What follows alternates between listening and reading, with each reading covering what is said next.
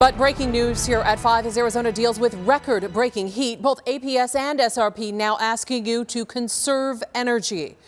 They want customers to raise their thermostat settings to at least 80 degrees right now. Turn off any extra lights. Avoid using things in your home like washers and dryers, dishwashers, and even the pool pumps. Tonight, SRP wanting its customers to take this notice seriously. That's because they've had to stop using one of their transmission lines because of the salt fire, which is in the Tonto National Forest.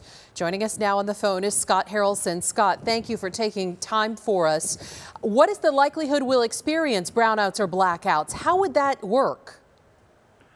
Well, SRP, the last thing we want to do is, of course, stop providing energy to our customers. And in this case, we have a wildfire that has had taken a major transmission line out of service for us. We recently were able to restore service to that transmission line. So that's good news, but there's still a lot of fire and smoke in the area that could take that line out of service very easily. So we're still very much on notice, and things are tight.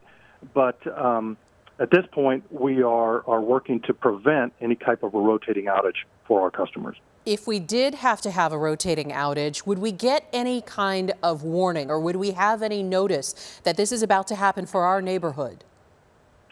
So the outages are basically, in a sense, random. We select circuits throughout our service territory, certain circuits at a certain time, and those circuits are open. So the customers who are on that circuit will be out of power for anywhere from 20 to 30 minutes. And then power will be restored, and we move to another circuit in another part of our service territory. And we do this to try to balance the load. So if we have a deficit, if we have more demand than we have supply, we have to even that out.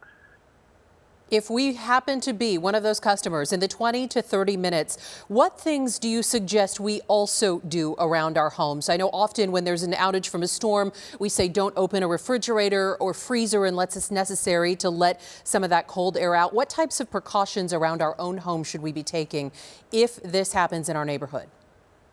Well, it's not unlike a monsoon storm, like you mentioned, and that is just to be prepared for a power outage. You want to have flashlights. You want to have access to water and a layout of your home, and potentially, if you have the opportunity, and in this case, you may not have, and you likely will not have a lot of advance warning of what's going to occur. But if you were concerned about it, or if you have a medical condition, can you find another place to go? Do you have a friend who that you can go to their house if they have power? So we need to be making a backup plan is what I'm hearing at this point. And also, how do we know, Scott, or would we even know if there is just a regular type outage in our neighborhood that can happen on any particular day, maybe a car crash in the neighborhood or something like that that would take out service to our area versus an actual brownout or blackout? That's a very good question.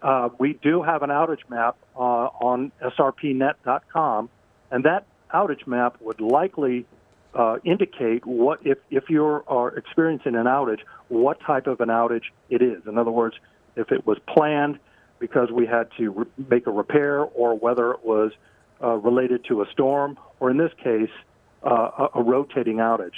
And again, it's a controlled outage. It's not a rolling blackout. We have control of it. We're going to open a circuit. We're going to keep that circuit open for about 20 to 30 minutes, close it, and move on, so that we know we're inconveniencing our customers, but we're trying to do it in a manner that balances the system but doesn't impact our customers for too long a period of time.